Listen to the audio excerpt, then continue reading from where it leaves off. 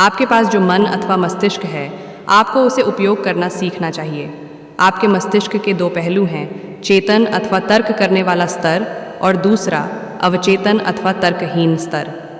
आप अपने चेतन मस्तिष्क से सोचते हैं और अपनी आदत अभ्यास के अनुसार जो भी आप सोचते हैं वह आपके अवचेतन में बस जाता है और आपकी सोच की प्रकृति के अनुसार उसकी रचना करता है।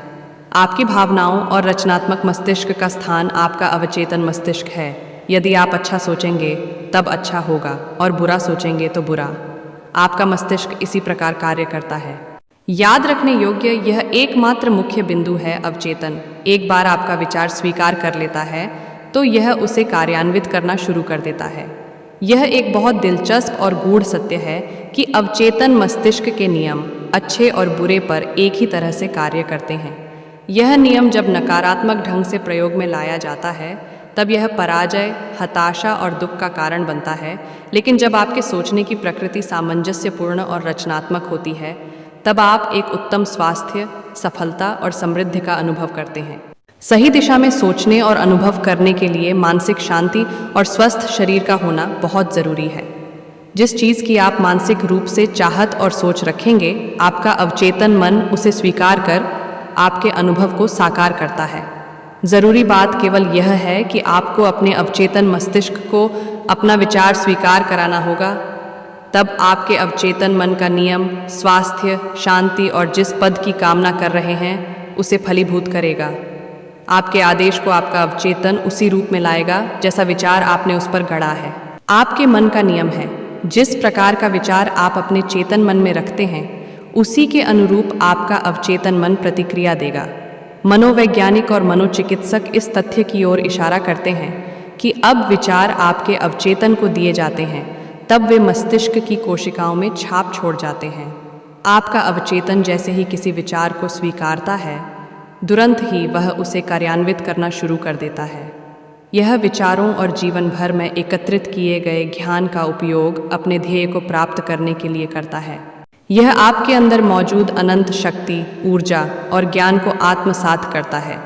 यह प्रकृति के नियमों को एक पंक्ति में अपने लिए खड़ा कर देता है। कभी कभी यह आपकी परेशानियों का तुरंत हल दे देता है, लेकिन कभी कभी इसे कई दिन, हफ्ते अथवा इससे भी ज़्यादा समय लग सकता है। इसके हल निकालने के कई तरीके हैं।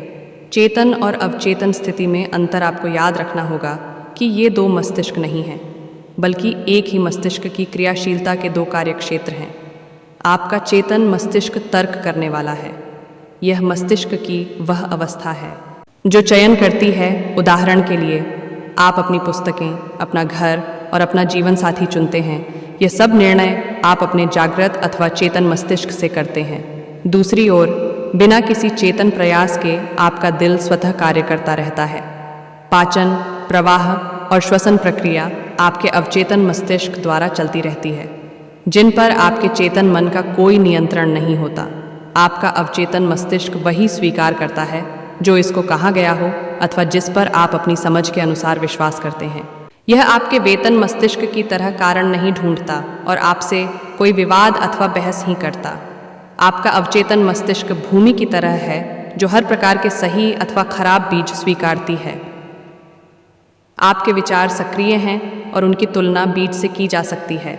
नकारात्मक, विनाशकारी विचार आपके अवचेतन होते हो विपरीत कार्य करते हैं और आगे चलकर बाह्य अनुभव उनके अनुसार ही होते हैं। याद रखें, आपका अवचेतन मस्तिष्क इस बात को सिद्ध करने में नहीं लगा रहता कि आपके विचार अच्छे या बुरे, सच्चे या झूठे हैं, लेकिन यह आपके विचारों अथवा सुझावों की प्रकृति के अनुरूप अपनी प्रतिक्रिया देता है। उदाहरण के रूप में, यदि आप किसी चीज़ को जानबूझकर सत्य समझते हैं, चाहे वह झूठ ही क्यों ना हो, आपका अवचेतन मस्तिष्क इसे सत्य मानकर कार्यान्वित करते हुए परिणाम लाएगा, क्योंकि आपने अपनी चेतना में इसे सत्य समझा था।